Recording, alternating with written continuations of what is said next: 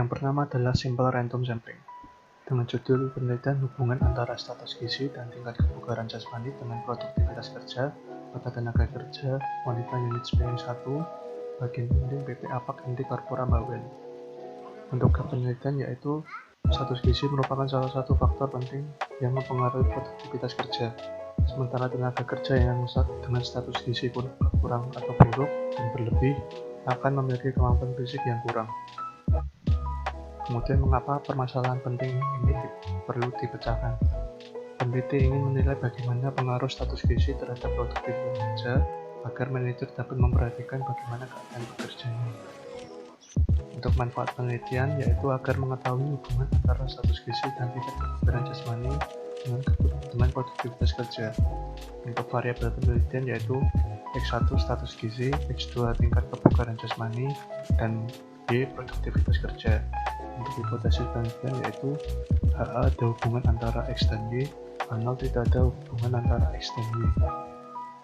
Untuk jenis penelitian yaitu explanatory research, dan kemudian populasi dan sampel dengan populasi sebanyak 73 orang dan sampel 45 orang. Untuk hasil penelitian yang pertama adalah H0 ditolak yang menyatakan bahwa ada hubungan antara kebugaran jasmani dengan produktivitas kerja. Untuk yang kedua, H0 ditolak yang menyatakan bahwa ada hubungan antara status gizi dengan produktivitas kerja. Untuk kesimpulan, berdasarkan hasil penelitian, maka kesimpulan yang diperoleh adalah ada hubungan antara status gizi dan tingkat kebugaran jasmani dengan produktivitas kerja. Untuk saran, peneliti selanjutnya diharapkan untuk mengkaji lebih banyak sumber maupun referensi terkait dengan penelitiannya agar lebih akurat.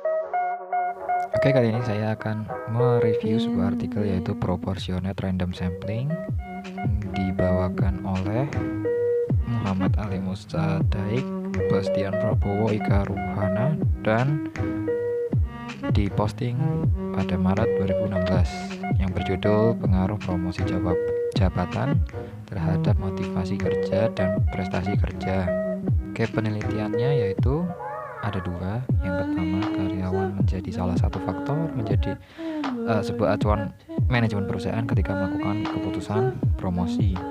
Yang dibutuhkan suatu sistem penilaian prestasi kerja karyawan itu yang adil dan objektif, yang dimana penilaian prestasi kerja itu yang tidak adil dan tidak objektif akan membuat karyawan lain tidak memperoleh kesempatan untuk dipromosikan. Promosi jabatan menurut Ardana 2012 ialah suatu proses perubahan dari suatu pekerjaan ke pekerjaan yang lain pada hierarki wewenang dan tanggung jawab yang lebih tinggi dibandingkan dengan wewenang dan tanggung jawab yang telah dibebankan kepada diri karyawan pada waktu sebelumnya. Lalu, mengapa permasalahan penting dipecahkan? Adanya permasalahan atau perbedaan pendapat tentang penilaian karyawan akan pengaruh promosi jabatan, motivasi kerja, prestasi kerja dengan kinerja karyawan yang pada penilaiannya dinilai harus objektif dan adil. Penilaian prestasi kerja yang tidak adil dan objektif akan membuat karyawan yang lain tidak memberikan kesempatan untuk dipromosikan. Jadi munculnya masalah ini kenapa kok penting dipecahkan? Karena setiap manajemen perusahaan itu penting harus menilai secara objektif dan adil, karena ini memberikan kesempatan bagi karyawan yang ingin dipromosikan pekerjaannya. Berikutnya manfaat penelitiannya untuk mengetahui pengaruh promosi jabatan karyawan terhadap motivasi kerja karyawan pada PT Telkom Indonesia Retail Jatim Selatan Malang. Mengetahui pengaruh promosi jabatan karyawan terhadap prestasi kerja karyawan dan mengetahui pengaruh motivasi karyawan terhadap prestasi kerja karyawan. Lalu tujuannya menjelaskan pengaruh promosi jabatan karyawan terhadap motivasi kerja karyawan PT Telkom Indonesia Vital Jatim Selatan Malang menjelaskan pengaruh promosi jabatan karyawan terhadap prestasi kerja karyawan PT Indonesia dan menjelaskan pengaruh motivasi kerja karyawan terhadap prestasi karyawan PT Telkom Indonesia Vital Jatim Selatan Malang. Variabel dari penelitian ini adalah promosi jabatan karyawan, lalu motivasi kerja karyawan dan prestasi kerja karyawan, yang dimana menghasilkan hipotesis promosi jabatan karyawan berpengaruh signifikan terhadap kerja karyawan. Itu hipotesis 1. Hipotesis 2, promosi jabatan karyawan berpengaruh signifikan terhadap prestasi kerja karyawan. Motivasi kerja itu hipotesis 2. Hipotesis 3, motivasi kerja karyawan berpengaruh atau tidaknya dengan kinerja atau prestasi karyawan. Berikutnya jenis penelitiannya yaitu ini cross section, yaitu merupakan riset dengan data set yang ekstensif. Desain riset ini dinamakan dengan cross section karena data yang dikumpulkan dapat menganalisis antar kasus atau antar section. Prosesnya: 1. Penelitian ini menggunakan jenis penelitian penjelasan dengan pendekatan kuantitatif. Lalu jumlah sampel dalam penelitian ini adalah 55 responden. Peneliti ini menggunakan teknik probability sampling, yaitu proportionate random sampling, metode pengumpulan data menggunakan angket dan dokumentasi. Metode analisis data menggunakan analisis statistik, deskriptif, dan analisis jalur. Populasinya 55 responden, yaitu karyawan PT Telkom Indonesia Vital Jatim Selatan Malang yang memiliki hasil penelitian berupa menunjukkan bahwa promosi jabatan karyawan berpengaruh signifikan terhadap motivasi kerja karyawan. Promosi jabatan karyawan berpengaruh signifikan terhadap prestasi kerja karyawan. Motivasi kerja karyawan berpengaruh signifikan terhadap prestasi kerja karyawan. Dari kesimpulan artikel ini bisa ditarik bahwa promosi jabatan karyawan itu berpengaruh signifikan terhadap motivasi. Lalu promosi juga berpengaruh terhadap prestasi kerja setiap karyawan. Motivasi karyawan berpengaruh juga signifikan terhadap prestasi kerja karyawan. Lalu saran dari saya, manajemen PT Telkom Indonesia Vital Jatim Selatan Malang sebaiknya lebih memperhatikan dan mengkaji ulang terhadap penerapan asas-asas promosi jabatan yang berdasarkan atas asas kepercayaan, asas keadilan, dan asas formasi, sehingga motivasi kerja karyawan dan prestasi kerja karyawan dapat ditingkatkan. 3. Multi-stage sampling. Apa itu multi-stage sampling? Multi-stage sampling adalah pengambilan sampel yang dilakukan secara bertingkat, baik bertingkat 2, 3, atau lebih. Saya di sini akan menganalisis jurnal berjudul Pengaruh Financial Knowledge dan Spiritual Intelligence terhadap Financial Management Behavior Mahasiswa dengan locus of control sebagai variabel mediasi. Penulis adalah Ira Sylvia Rahmawati pada tahun 2020 dengan citasi sebagai berikut. Tujuan penelitian mengetahui pengaruh pengetahuan finansial, spiritual intelligence, dan lokus kendali atas perilaku manajemen keuangan. Manfaat penelitian menilai kebenaran teori dan memberi ilmu pengetahuan finansial, spiritual intelligence, dan lokus kendali atas perilaku manajemen keuangan. GAP penelitian. Pertama, Rutter pada tahun 1966 membedakan orientasi locus of control menjadi dua, yakni locus of control internal dan locus of control eksternal. Individu dengan locus of control internal cenderung menganggap bahwa keterampilan, kemampuan, dan usaha lebih menentukan apa yang individu diperoleh dalam hidupnya. Adapun individu yang memiliki locus of control eksternal cenderung menganggap bahwa hidup manusia ditentukan oleh kekuatan dari luar diri seperti nasib, takdir, keberuntungan, dan orang lain yang berkuasa. Kedua, Ida dan Dwinta pada tahun 2010 mengartikan locus of control memiliki indikator, yaitu pertama, keyakinan individu mengenai peristiwa-peristiwa yang terjadi dalam hidupnya. Kedua, sebab-sebab keberhasilan atau kegagalan. Ketiga, memiliki keyakinan mengenai nasib, event-event atau lingkungan sekitar. Dan keempat, memahami peristiwa apa yang akan dia. Mengapa masalah penting dipecahkan? Berdasarkan hasil penelitian dari peneliti sebelumnya yang hasilnya tidak konsisten, maka dengan ini perlu dilakukan penelitian dengan dampak dari variabel financial knowledge dan spiritual intelligence terhadap financial management behavior mahasiswa dengan locus of control sebagai variabel mediasi, sehingga mampu memberi kejelasan seberapa besar dampak antar variabel.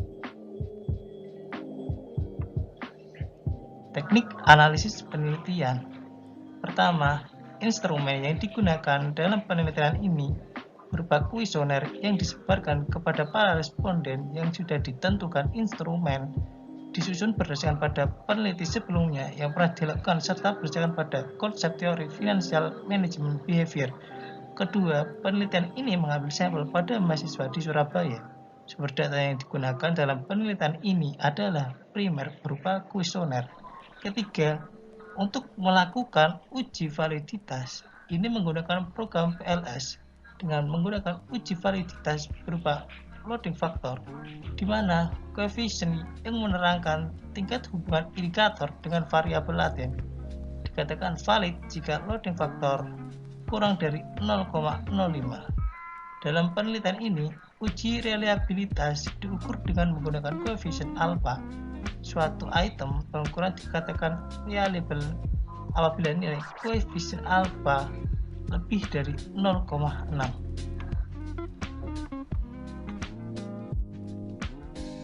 Variabel dan hipotesis penelitian.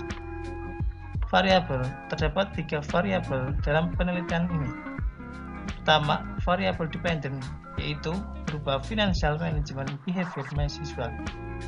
Kedua, variabel independent berupa financial knowledge, spiritual intelligence, locus of control. Dan ketiga, variabel mediasi, locus of control. Dalam penelitian ini terdapat 4 hipotesis. Hipotesis pertama, financial knowledge berpengaruh positif signifikan terhadap financial management behavior. Kedua, locus of control memediasi financial knowledge terhadap financial management behavior. Ketiga, locus of control berpengaruh positif signifikan terhadap financial management behavior. Keempat, locus of control memediasi spiritual intelligence terhadap financial management behavior.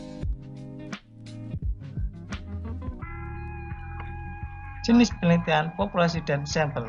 Jenis penelitian kuantitatif dengan data primer kuesioner.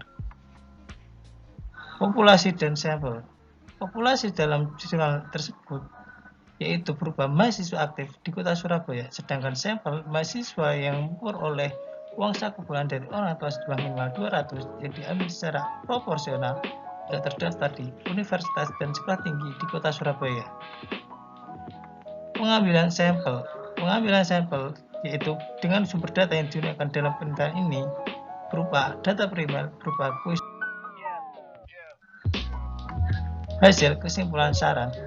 Hasil penelitian menunjukkan bahwa financial knowledge berpengaruh positif signifikan terhadap financial management behavior. Financial knowledge memiliki korelasi positif, artinya semakin tinggi financial knowledge individu, maka semakin baik financial management behavior. Begitu pula sebaliknya, individu dengan financial knowledge yang rendah, maka individu tersebut cenderung memiliki financial management behavior yang rendah. Kesimpulan. Pertama, financial knowledge berpengaruh positif signifikan dengan memediasi locus of control terhadap financial management behavior mahasiswa. Kedua, spiritual intelligence berpengaruh positif signifikan dengan dimediasi locus of control terhadap financial management behavior mahasiswa. Ketiga, locus of control berpengaruh positif signifikan terhadap financial management behavior. Saran, bagi peneliti selanjutnya dalam penyebaran kuesioner disarankan untuk melakukan pendampingan terhadap responden dalam mengisi kuesioner untuk mengantisipasi kurang dipahaminya pertanyaan yang terdapat pada kuesioner, dan disarankan peneliti selanjutnya untuk menanggung variabel lain seperti parental income, money attitude, atau lainnya. Lalu yang berikutnya, cluster sampling dibawakan oleh Nadia Rosliani Jati Aryati yang diposting Oktober 2018 dengan judul Hubungan Antara Regulasi Diri dengan Kecemasan Menghadapi Dunia Kerja pada Pengurus Ikatan Lembaga Mahasiswa Psikologi Indonesia atau ILMPI. Memiliki gap penelitian, yaitu seiring berkembangnya zaman, kebutuhan pendidikan semakin tinggi. Masyarakat mulai menyadari pentingnya pendidikan tinggi untuk kehidupan yang lebih baik. Level strata suatu ditempuh mendapatkan pengetahuan, keterampilan lebih banyak sehingga mampu menguasai keterampilan yang tidak dimiliki oleh individu dengan jenjang pendidikan yang lebih rendah. Pada kenyataannya di lapangan, individu dengan pendidikan tinggi belum tentu selalu mendapatkan pekerjaan. Data dirilis oleh BPS, Badan Pusat Statistik, pada Agustus 2014. Laju peningkatan angka pengangguran terdidik berada pada tingkat 2 setelah sekolah menengah kejuruan. Jumlah pengangguran terdidik pada bulan Februari naik 1,34% dari 4,31% menjadi 5,65%. Mengapa pentingnya permasalahannya dipecahkan? Agar mengetahui bahwa kecemasan yang tidak teratasi dapat menimbulkan gangguan perilaku berupa perilaku menghindar, yang dimana perilaku menghindar ini dapat menghambat individu untuk meraih pekerjaan yang diidamkan. Semakin banyak orang yang menghindar dunia kerja, maka pengangguran akan semakin banyak. Maka dari itu, kecemasan menghadapi dunia kerja harus diminimalkan supaya individu mampu menghadapi dunia kerja dengan baik dan mendapatkan pekerjaan. Lalu manfaatnya, untuk mengetahui hubungan antara regulasi diri dengan kecemasan menghadapi dunia kerja pada pengurus ikatan lembaga mahasiswa psikolog Indonesia. Tujuannya untuk mengetahui hubungan antara regulasi diri dengan kecemasan menghadapi dunia kerja pengurus ikatan ILMPI. Hubungan variabel yaitu hubungan antara regulasi dan kecemasan diri, dependen dan independennya menghadapi dunia kerja pada pengurus ikatan lembaga mahasiswa psikologis Indonesia, yang memiliki hipotesis yaitu hubungan antara regulasi diri dengan kecemasan dalam menghadapi dunia kerja. Bagiannya itu adalah data time series, merupakan data sekumpulan observasi dalam rentang waktu tertentu. Data tersebut dikumpulkan dalam interval waktu kontinu. Pengujian dalam penelitian ini dilakukan oleh model regresi berganda. Lalu ada populasinya adalah 88 dan respondennya 88 karyawan PT Bank Sulut Cabang Utama. Prosesnya, subjek penelitian ini adalah ILMPI berjumlah 126 orang. Tekniknya menggunakan proportionate cluster sampling. Pengambilan data menggunakan skala kecemasan menghadapi dunia kerja itu 28 item valid dengan alpha atau Q itu apa 0,93 dan skala regulasi diri sekitar 27 item valid yang telah diuji cobakan kepada 66 pengurus ILMPI. Hasil analisis regresi sederhana menunjukkan nilai koefisien korelasi antara regulasi diri dengan kecemasan menghadapi dunia kerja sebesar minus 0,61. Hasil tersebut menunjukkan bahwa hipotesis diajukan peneliti, yaitu ada hubungan negatif antara regulasi diri dengan kecemasan yang menghadapi dunia kerja pada pengurus ILMPI dapat diterima. Regulasi diri memberikan sumbangan efektif sebesar 37,3% dan pada kecemasan menghadapi dunia kerja dan sebesar 62,7% dipengaruhi faktor lain dan tidak diungkap dalam penelitian ini. Hanya bahwa regulasi diri ini dalam menghadapi dunia kerja menjadi koefisien korelasi negatif. Semakin baik kemampuan regulasi diri, maka semakin rendah tingkat kecemasan menghadapi dunia kerja yang dimiliki pengurus ILMPI. Hasil tersebut membuktikan bahwa hipotesis yang dipaparkan peneliti yang menyatakan bahwa ada hubungan negatif antara regulasi diri dengan kecemasan menghadapi dunia kerja pada pengurus ILMPI dapat diterima. Sarannya seharusnya tingkatkan kemampuan regulasi diri yang tidak mampu membuat individu mencapai tujuan hidupnya. Kemampuan regulasi diri mencakup kemampuan mengendalikan diri dan tindakan.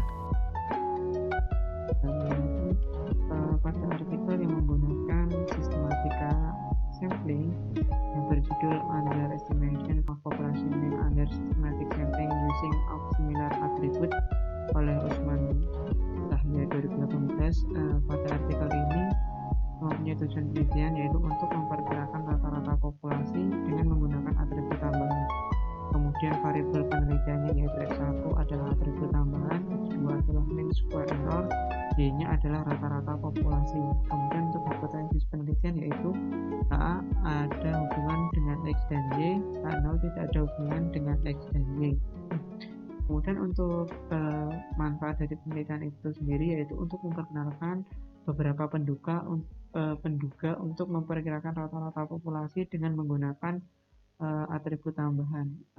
Untuk selanjutnya, gap penelitian yang dapat diteliti dari artikel ini yaitu untuk mengembangkan beberapa estimator untuk menggunakan informasi tambahan yang tersedia. Tapi tidak satupun dari ini yang memperhatikan atribut tambahan. Jadi dalam pekerjaan kali ini kami peneliti mencoba untuk menggunakan atribut tambahan yang sudah tersedia. Kemudian alasan dari menggunakannya, alasan untuk meneliti dari gap ini yaitu untuk meningkatkan efisiensi estimator adalah dengan memanfaatkan atribut tambahan. Kemudian untuk jenis penelitian yaitu jenis kasus, populasi dan sampel. Untuk populasi sendiri yaitu unit 1 sampai dengan N, yang mana N itu adalah NK, di mana N dan K adalah bilangan bulat positif, dan sampelnya adalah atribut tambahan dan estimator. Kemudian untuk cara pengambilan sampel yaitu penelitian mengambil sampel menggunakan atribut tambahan yang mana sudah tersedia di bawah skema sampling acak. Untuk teknik analisis datanya yaitu menggunakan penafsiran variabel yang diadaptasi, kemudian mengusulkan keluarga estimator yang sudah tersedia, kemudian disederhanakan dan inversi matrik, dan selanjutnya perbandingan efisiensi, dan yang terakhir adalah ilustrasi numerik untuk memperjelas. Untuk hasil penelitian dari artikel ini bahwasanya dengan adanya atribut tambahan pada penduga ditemukan kondisi yang efisien. Kemudian untuk kesimpulannya yaitu mengusulkan kelas penduga untuk menggunakan atribut tambahan, dan sarannya yaitu untuk menggunakan kelas penduga yang diusulkan dan hipotesisnya itu diterima.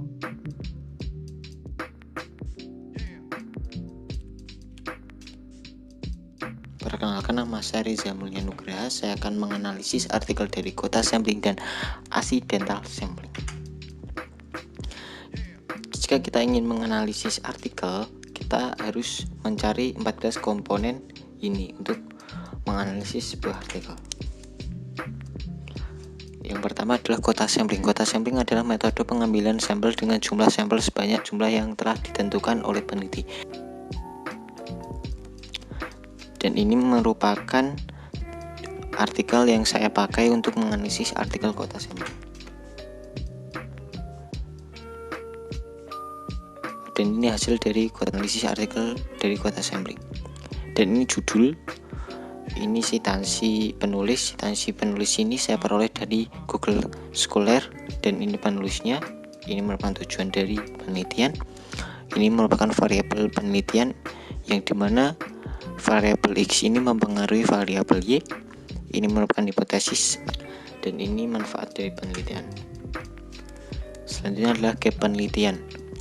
Di dalam artikel yang saya analisis ini memiliki gap, yaitu perguruan tinggi belum mempunyai alat ukur dengan indikator rata-rata kepuasan stakeholder terhadap pelayanan perguruan tinggi X. Alasan memilih gap ini karena perguruan tinggi X memiliki 23 indikator, dan dari 23 indikator tersebut ada beberapa alat ukur yang belum memiliki parameter pengukuran. Salah satunya adalah rata-rata kepuasan stakeholder terhadap pelayanan perguruan tinggi X.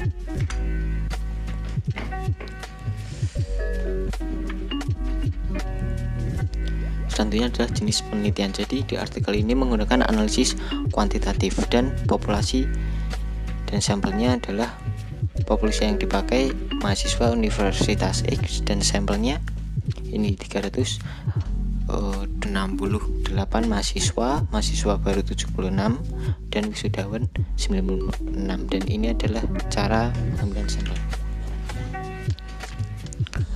Di dalam artikel ini memiliki teknik penganalisis data. Jadi ada 4 teknik penganalisis data. Selanjutnya adalah hasil penelitian. Di hasil penelitian artikel ini adalah terdapat 3 faktor yang berpengaruh terhadap kecepatan layanan perguruan tinggi X, dan perguruan ini harus memperbaiki layanan secara terus-menerus. Jadi ketiga faktor ini mempengaruhi kecepatan layanan perguruan tinggi X. Kesimpulannya adalah diperoleh total rata-rata mahasiswa 2,99, mahasiswa baru 3,57, dan wisudawan 3,55. Hal ini mendapatkan hasil bahwa nilai perguruan tinggi ini tidak tercapai karena nilai total rata-rata kepuasan masing-masing responden tadi, ketiga responden tadi di bawah 4,3. Dan ini saran untuk penelitian selanjutnya. Dan selanjutnya adalah accidental sampling. Accidental sampling ini penentuan sampel tanpa disengaja. Jadi peneliti mencari sampel tanpa disengaja atau orang yang ditemui pada saat itu. Dan ini adalah artikel yang saya pakai untuk analisis artikel accidental sampling. Dan ini hasil analisis dari accidental sampling. Yang pertama judul, ini merupakan judul citasi saya sama mencari dari Google Scholar, dan ini penulisnya, ini merupakan tujuan, ini variabel, ini hipotesis, dan ini manfaat penelitian.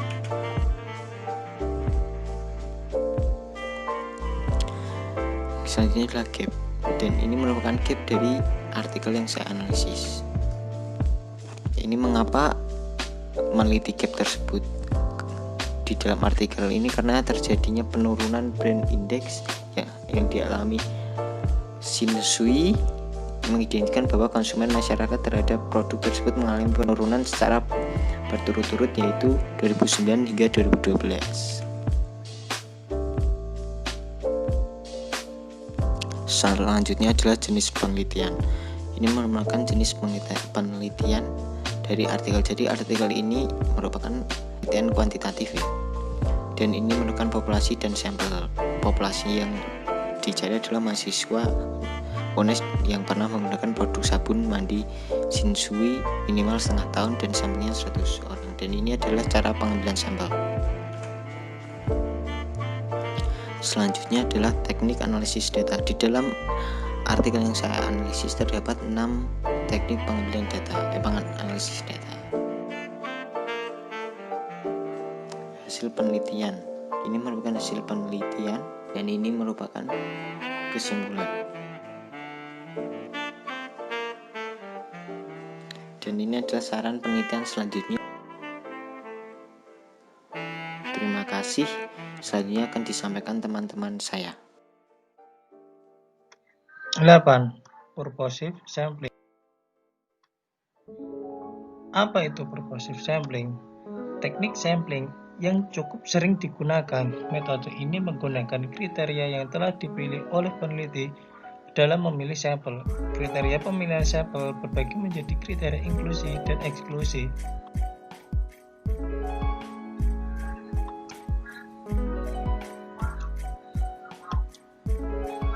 Hal ini, saya akan menganalisis jurnal yang berjudul Pengaruh Pendapatan Usaha dan Beban Operasional Terhadap Laba Bersih pada Perusahaan Kimia dan Keramik, Porselin dan Kaca yang terdaftar di Bursa Efek Indonesia periode 2008 sampai 2012.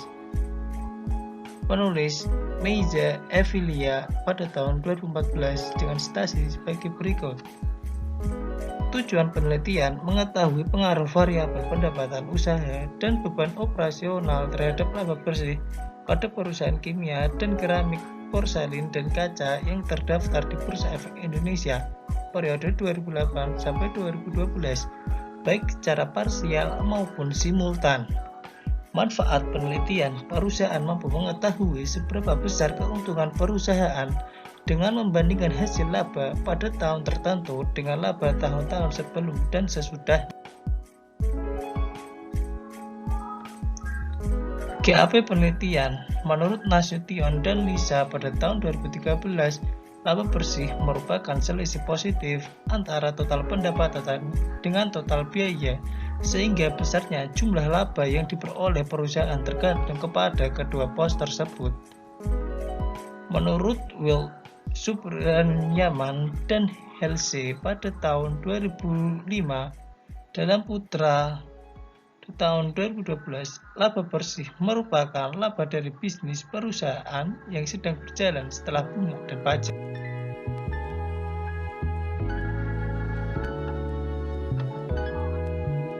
Mengapa masalah penting dipecahkan? Penelitian ini perlu dipecahkan karena kinerja perusahaan akibat pengaruh variabel pendapatan usaha dan beban operasional terhadap laba bersih pada perusahaan kimia dan keramik, porselin dan kaca yang terdaftar di Bursa Efek Indonesia periode 2008 sampai 2012, baik secara parsial maupun simultan, sehingga mampu melihat seberapa dampak kinerja terhadap pendapatan perusahaan.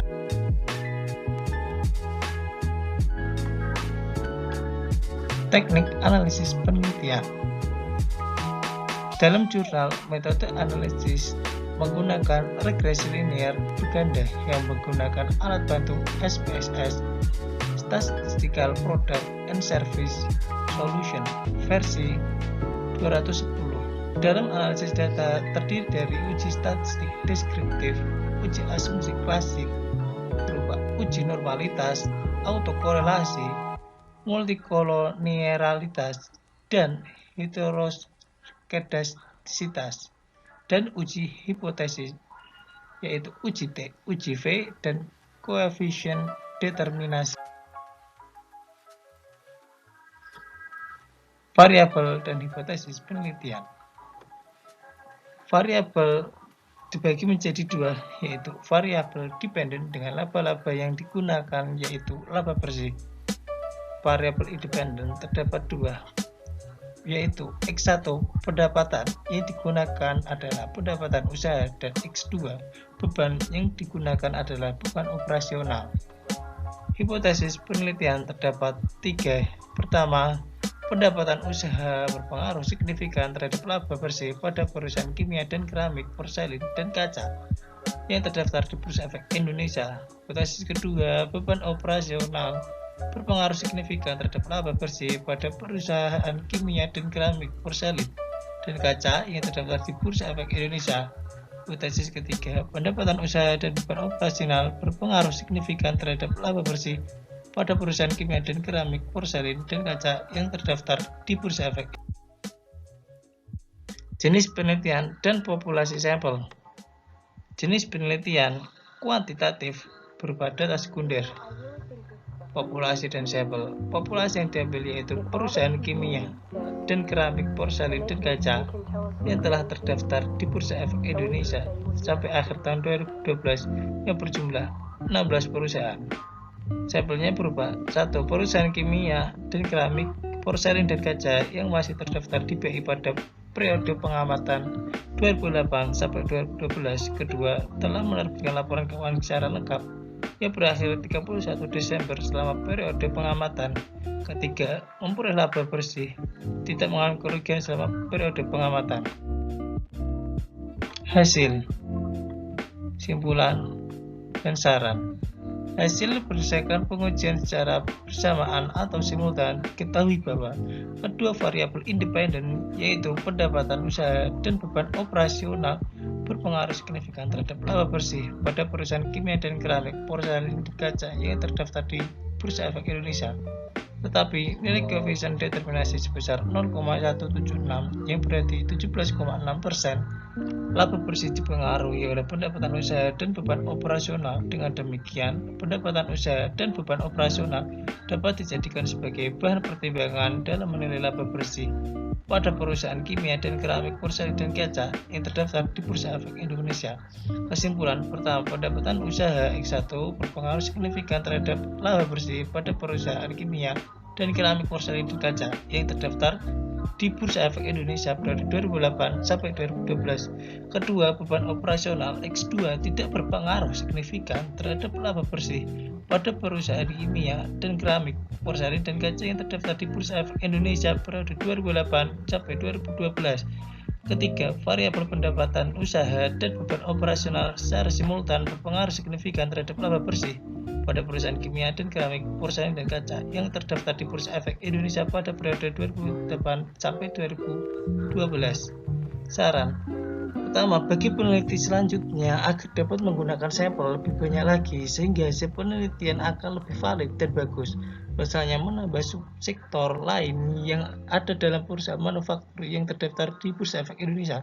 Kedua, untuk penelitian selanjutnya diharapkan mendapatkan variabel-variabel yang dapat mempengaruhi laba bersih, karena 82,4% laba bersih dipengaruhi oleh variabel lain di luar dari variabel penelitian ini. 3. Perusahaan sebaiknya mempertimbangkan untuk menggunakan variabel yang berpengaruh terhadap laba bersih. Dalam hal ini, pendapatan usaha dan beban operasional untuk dapat meningkatkan profit dalam perusahaannya. Untuk yang selanjutnya adalah sampling jenuh. Judul penelitian yaitu pengaruh kompensasi dan stres kerja terhadap kepuasan kerja karyawan pada PT Bank Sulut Cabang Utama Manado. Untuk penelitian yaitu kompensasi merupakan hal yang penting untuk dorongan atau motivasi utama seorang karyawan untuk bekerja. Kemudian mengapa permasalahan ini penting untuk dipecahkan? Untuk mengetahui bagaimana pengaruh kompensasi dan stres kerja terhadap kepuasan kerja karyawan juga dapat menjadi masukan bagi para manajer. Manfaat penelitian yaitu membantu HRD melihat seberapa pentingnya pengaruh kompensasi dan stres kerja terhadap karyawan. Untuk variabel penelitian sendiri yaitu X1 kompensasi, X2 stres kerja, dan Y kepuasan kerja. Untuk hipotesis penelitian ada 1, H2, H3. Kemudian untuk jenis penelitian yaitu ada penelitian kuantitatif. Untuk proses analisis data, peneliti memberikan kuesioner. Kemudian yang kedua, peneliti mendapatkan data kuesioner yang kemudian diolah menjadi data uji asumsi klasik. Untuk populasi dan sampel, populasi 88 dan responden 88 karyawan.